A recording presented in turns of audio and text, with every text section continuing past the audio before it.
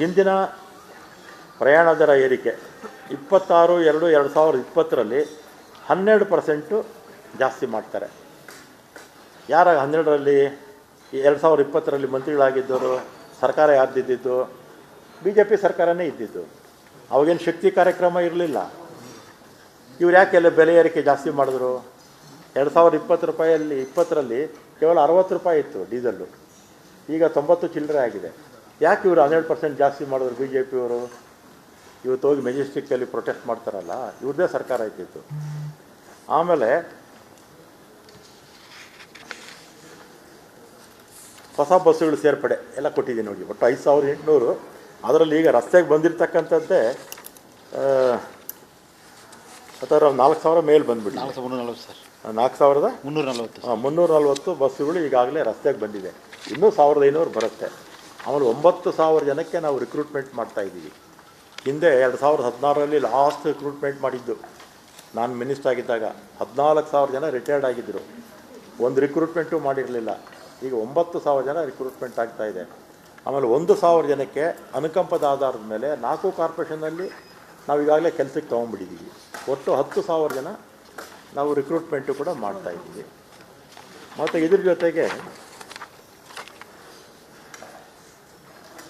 ನೇಮಕಾತಿ ವಿವರ ಆಯಿತು. ಆಮೇಲೆ 4 ಸಾರಿಗೆ ನಿಗಮಗಳ ನೌಕರರ ವೇತನ ಪರಿಷ್ಕರಣೆ ಮಾಡಿರುವ ವಿವರ, ವೇತನ ಪರಿಷ್ಕರಣೆದನ್ನು ಕೊಟ್ಟಿದ್ದೀವಿ.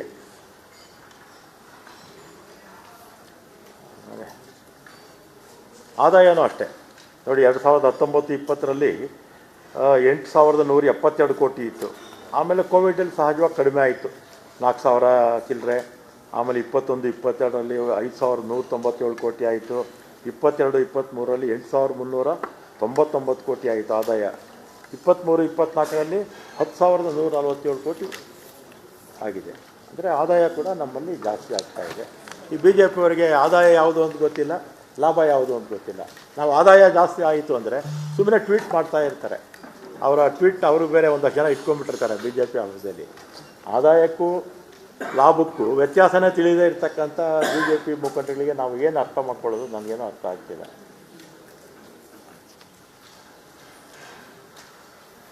ಆಮೇಲೆ ಟ್ರಿಪ್ಗಳು ಅಷ್ಟೇ, 17,000 ಟ್ರಿಪ್ಸು BJP ಸರ್ಕಾರಕ್ಕೆ ಕಂಪೇರ್ ಮಾಡಿದ್ರೆ ನಾವು ಜಾಸ್ತಿ ಮಾಡಿದ್ದೀವಿ.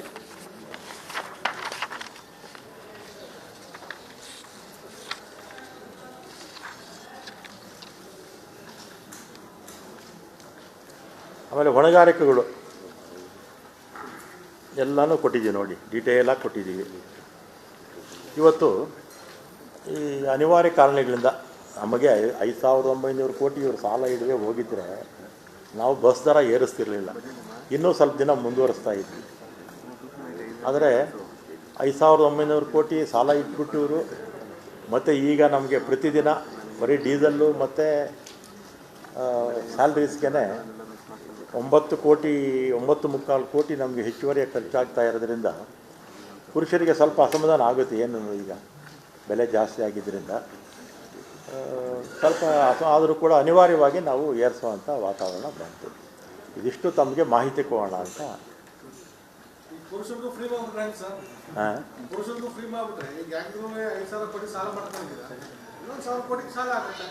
ನಾನು ಸಾಲ ಮಾಡಿಲ್ಲ, BJP ಅವರು ಸಾಲ ಬಿಟ್ಟೋಗಿರೋದು.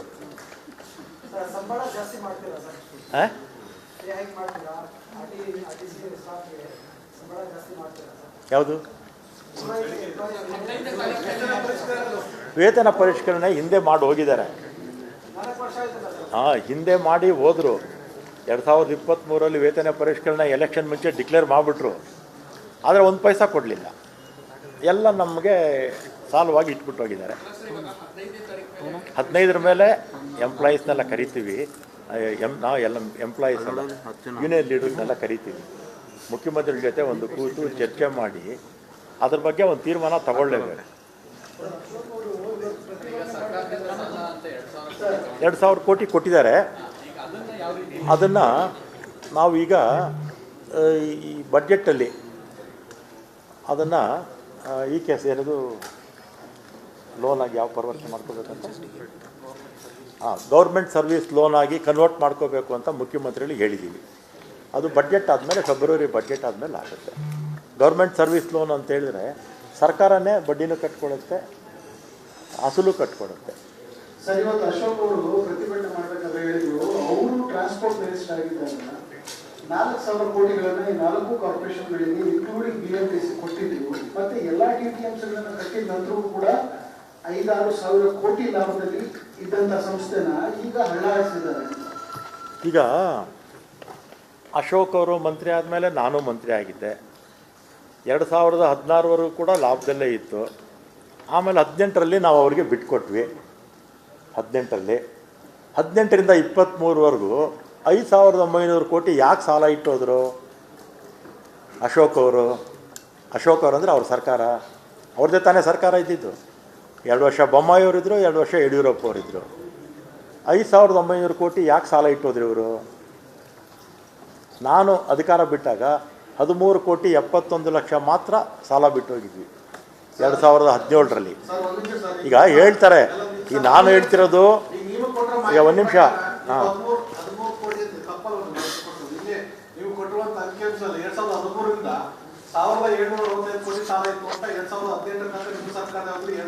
ಅಲ್ಲ, ಪಿ ಎಫ್ ಹೇಳಿದ್ದು, PF ಗ್ರ್ಯಾಚುಯಿಟಿ ಹೇಳ್ತಿರೋದು.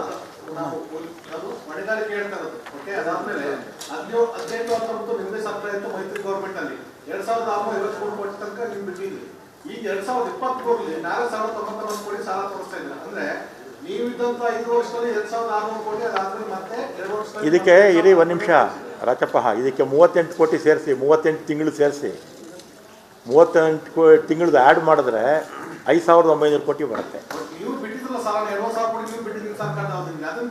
ನಾನು ಹೇಳ್ತಿರೋದು ಗ್ರ್ಯಾಚುಯಿಟಿ 13,71,00,000 ಮಾತ್ರ ನಾವು ಬಿಟ್ಟೋಗಿದ್ವಿ. ಇವ್ರು ಗ್ರ್ಯಾಚುಯಿಟಿ, PF ಎಲ್ಲ ಸೇರಿ 3,000 ಕೋಟಿ ಹತ್ತಿರ ಬಿಟ್ಟೋಗ್ಬಿಟ್ರು. ಆಮೇಲೆ ಇದೆಲ್ಲ ಅಂಕಿಅಂಶ, ಇದರಲ್ಲೇನು ಮುಚ್ಚುಮರೆ ಏನೂ ಇಲ್ಲ.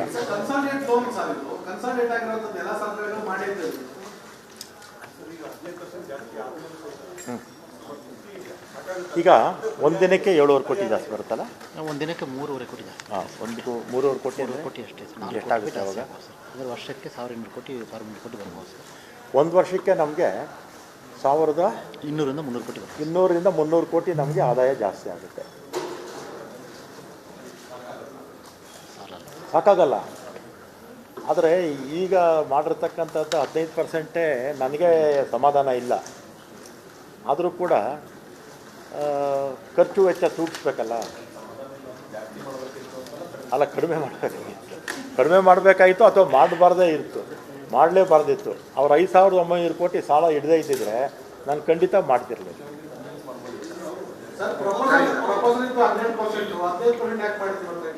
ಕ್ಯಾಬಿನೆಟ್ ನೋಟ್ ನೋಡಿದ್ದೀರಾ ನೀವು? 15% ಬಂದಿರೋದು. ಆಮೇಲೆ ಬೋರ್ಡ್ನವರು ಜಾಸ್ತಿ ಕೇಳಿದ್ದಾರೆ. ಅವರು ಎಷ್ಟು ಆದಾಯ ಇದೆ, ಎಷ್ಟು ಖರ್ಚಿದೆ, ಅದ್ರ ಪ್ರಕಾರ ಅವ್ರು ಜಾಸ್ತಿ ಕೇಳಿದ್ದಾರೆ. ನಾವು ಹೊರೆ ಆಗುತ್ತೆ, ಈಗಲೇ ಹೊರೆ ಮೇಲೆ ಹೊರೆ ಯಾಕೆ ಅಂತ ಸ್ವಲ್ಪ ಲಿಮಿಟ್ ಮಾಡಿದ್ದಾರೆ. 15% ಜಾಸ್ತಿ ಮಾಡಿದ್ದೀರಾ? ಸ್ಟೇಟ್ ಬೈ ಸ್ಟೇಟ್ ಎಷ್ಟು ದರ ಎಕ್ಸ್ಟ್ರಾ ಆಗುತ್ತೆ ಸರ್? ಅದು ನಾಳೆ ಗೊತ್ತಾಗುತ್ತೆ. 5ನೇ ತಾರೀಕಿಂದ ದರ ಏರಿಕೆ ಆಗುತ್ತೆ. ನಾಳೆ ಬಂದ್ಬಿಡುತ್ತೆ. ಅದು ನಮ್ಮ ನಾಳೆ ಬೆಳಿಗ್ಗೆನೇ ಕೊಡ್ತೀವಿ. ಈಗ ಇದರಿಂದ ನಾವು ಆಚೆ ಬರಬೇಕಾಗಿದ್ದರೆ ನಮಗೆ ಪ್ರಪಂಚದಲ್ಲಿ ಯಾವ ದೇಶಕ್ಕನ್ನು ಹೋಗಿ STUs ಇದೆಯಲ್ಲ, ಅಂದರೆ ನಮ್ಮ ಸಾರಿಗೆ ಸಂಸ್ಥೆಗಳನ್ನ ಯಾವುದೂ ಕೂಡ ಲಾಭ ದೃಷ್ಟಿಯಿಂದ ಯಾವ ದೇಶದಲ್ಲೂ ನಡೆಸಲ್ಲ, ಯಾವ ರಾಜ್ಯದಲ್ಲೂ ನಡೆಸಲ್ಲ.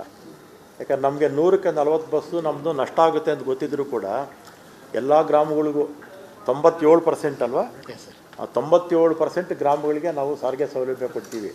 ಆ ಬಸ್ಸಲ್ಲಿ 10 ಜನ ಇದ್ದರೂ ಓಡಿಸ್ತೀವಿ, 20 ಜನ ಇದ್ದರೂ ಓಡಿಸ್ತೀವಿ. ಸಾರ್ವಜನಿಕರ ಹಿತದೃಷ್ಟಿಯಿಂದ ನಾವು ಓಡಿಸೋದು. ಆದರೆ 40% ಬಸ್ ನಷ್ಟ ಆದರೂ ಕೂಡ ನಾವು ಓಡಿಸ್ತೀವಿ. ಇನ್ನು 30% bus no profit no loss ಇರುತ್ತೆ. ಅಂದರೆ 70% ಬಸ್ಸುಗಳಿಂದ ನಮಗೆ ಏನು ಆದಾಯನೇ ಬರಲ್ಲ. ಅದರಿಂದ ರಾಜ್ಯ ಸರ್ಕಾರಗಳು ನಮ್ಮ ದೇಶದಲ್ಲಾಗಲಿ ಅಥವಾ ಪ್ರಪಂಚದಲ್ಲಾಗಲಿ ಎಲ್ಲ ಕೂಡ ಬೆಂಬಲ ಕೊಡ್ತಾರೆ. ಬಸ್ ತಗೊಳ್ಳೋದಕ್ಕೆ ಕೊಡ್ತಾರೆ. ಮತ್ತು ಇದರಲ್ಲಿ ಯಾವುದು ನಮ್ಮ ಟ್ಯಾಕ್ಸ್ ಎಕ್ಸಂಪ್ಷನ್ಸ್ ಕೊಡ್ತಾರೆ. ಹಿಂದೆ ಎಲ್ಲ ನರ್ಮ್ ಸ್ಕೀಮಲ್ಲಿ ನಮಗೆ ಬರೀ 25% ಬಸ್ ಕೊಡೋರು ರೂರಲ್ ಏರಿಯಾದಲ್ಲಿ. ನಗರ ಪ್ರದೇಶದಲ್ಲಿ 50% ಬಸ್ಸುಗಳು ಕೊಡೋರು ನರ್ಮ್ ಸ್ಕೀಮಲ್ಲಿ ನಮಗೆ. ಅದರಿಂದ ಇದು ಲಾಭ ದೃಷ್ಟಿಯಿಂದ ನಾವು ಈ ವ್ಯವಸ್ಥೆ ಮಾಡೋಕ್ಕಾಗಲ್ಲ. ಅದರಿಂದ ಸರ್ಕಾರಗಳು ಬೆಂಬಲ ಕೊಡಬೇಕು. ಮಾಡಿದ್ದೀವಿ. ಈಗ 2,000 ಕೋಟಿ ಕೊಟ್ಟಿದ್ದಾರಲ್ಲ, ಅದನ್ನು ಕನ್ವರ್ಟ್ ಮಾಡ್ಕೋಬೇಕು. ಅದ್ರ ಜೊತೆಗೆ ಇನ್ನೂ ಅಡಿಷ್ನಲ್ ನಮ್ಗೆ ಕೊಡಬೇಕು ಅಂತ ಹೇಳಿ ಒಂದು 700 ಕೋಟಿ 1,700 ಕೋಟಿ ಇದೆ ಬಾಕಿ. ಸರ್, ನೀವು ಈ ಸರ್ಕಾರದಲ್ಲಿ ಸೀನಿಯರ್ ಮಿನಿಸ್ಟರ್, ನಿಮಗೂ ಗೊತ್ತಿದೆ ಒಂದಾದ್ಮೇಲೆ ಒಂದರಂತೆ ಈಗ ನೀವೇನು ಯೋಜನೆಗಳು ಕೊಟ್ಟಿದ್ರು ಅದ್ರ 4% ವಸೂಲಿ ಆಗ್ತಿದೆ ಗೌರ್ಮೆಂಟ್ ಕಡೆಯಿಂದ. ಶಕ್ತಿ ಯೋಜನೆ ಅಂತೀರಾ, ಈಗ ಗಂಡಸ ಹೆಂಗಿದ್ರು ಎಕ್ಸ್ಟ್ರಾ ಪೇ ಮಾಡಿರಬೇಕು, ಅದರಿಂದ ಹೇಗೋ ನೀವು ಬಳಸ್ತೀರಾ, ಸರ್ವಿಸ್ ಇದು ಮೆಂಟಾಲಿಟಿ ಇಟ್ಕೊಂಡು ಮಾಡಿದ್ವಿ ಅಂತೀರಿ. ಒಂದು ನಿಮಿಷ. ಎಲೆಕ್ಟ್ರಿಸಿಟಿದು ಈ 200 ಯೂನಿಟ್ಸ್ ಫ್ರೀ ಕೊಟ್ರಿ, ಮತ್ತೊಂದು ಕಡೆ 1/4 ಜನ ಬಳಸ್ತಾ ಇದ್ದಾರೆ. ಅದೊಂದು ಈಗ ನೀವು ಯುವ ನಿಧಿ ಅಂತಿದ್ದೀರಾ, ಇಲ್ಲಿವರೆಗೂ ಸುಮಾರು ಜನ ಮುಟ್ಟಿಲ್ಲ. ಈಗ ನಾನು ಈಗ ಶಕ್ತಿ ಬಗ್ಗೆ ಮಾತ್ರ ನಾನು ನಿಮಗೆ ಮಾಹಿತಿ ಕೊಡ್ತೀನಿ. ಹಿರಿಯ ಸಚಿವರು, ಹಾಗಾಗಿ ಈ ರೀತಿ ಒಂದು ಡಿಪಾರ್ಟ್ಮೆಂಟ್ ಒಂದು ನಿಮಿಷ. ಈಗ ಈಗ ಶಕ್ತಿನಲ್ಲಿ ನಾವು ಎಷ್ಟಪ್ಪ ಖರ್ಚು ಮಾಡ್ತಾ ಇದ್ದೀವಿ? 8,800 ಕೋಟಿ ಇದುವರೆಗೂ ಖರ್ಚು ಮಾಡಿದ್ದೀವಿ. ಆದರೆ ನಮಗೀಗ ವೇತನ ಇದು ದರ ಪರಿಷ್ಕರಣೆಯಿಂದ ಬರ್ತಾ ಇರ್ತಕ್ಕಂಥದ್ದು ಎಷ್ಟು? ಮ್ಯಾಕ್ಸಿಮಮ್ ಅಂದರೆ 1,200 ಕೋಟಿ. ಎಷ್ಟು? 1,200 ಕೋಟಿ ಬರ್ಬೋದು ಅಷ್ಟೇ. 8,800 ಕೋಟಿ ಇದುವರೆಗೂ ಖರ್ಚಾಗಿದೆ. ಇನ್ನೂ ಇದು ಈ ವರ್ಷ ಅಂದರೆ ಇನ್ನು ಲೆಕ್ಕ ಹಾಕೊಳ್ಳಿ, ಮಾರ್ಚ್ವರೆಗೂ ಎಷ್ಟಿದೆ? ಅಲ್ಲ, ಹಾಂ, ಒಂದು ನಿಮಿಷ. 8,000 ಅಲ್ಲ, ಒಂದು ನಿಮಿಷ ಒಂದು ನಿಮಿಷ. ಈಗ ಒಂದು ನಿಮಿಷ. 8,800 ಕೋಟಿ ಇದುವರೆಗೂ ನಾವು ಶಕ್ತಿ ಕೊಟ್ಟಿದ್ದೀವಿ. ದರ ಪರಿಷ್ಕರಣೆಯಿಂದ ಎಷ್ಟು ಬರ್ತಾ ಇದೆ ನಮ್ಗೆ ವಾಪಸ್ಸು? 1,200 ಕೋಟಿ, ಬರೀ 1,200 ಕೋಟಿ. ಆದರೆ ಸರ್ಕಾರ ಕೊಟ್ಟಿರ್ತಕ್ಕಂಥದ್ದು 8,800 ಕೋಟಿ.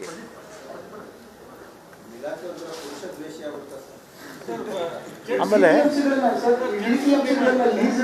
ಪುರುಷರಿಗೆ ಈಗ ಮಹಿಳೆಯರು, ಅವರ ಶ್ರೀಮತಿಯವರಾಗಲಿ, ಮಕ್ಕಳಾಗಲಿ, ಅವರ ಮನೇಲಿರ್ತಾರಲ್ಲ ಹೆಣ್ಮಕ್ಳು, ಅಕ್ಕ ತಂಗಿರು, ಅವ್ರಿಗೆಲ್ಲ ಯಾರು ದುಡ್ಡು ಕೊಡೋದು?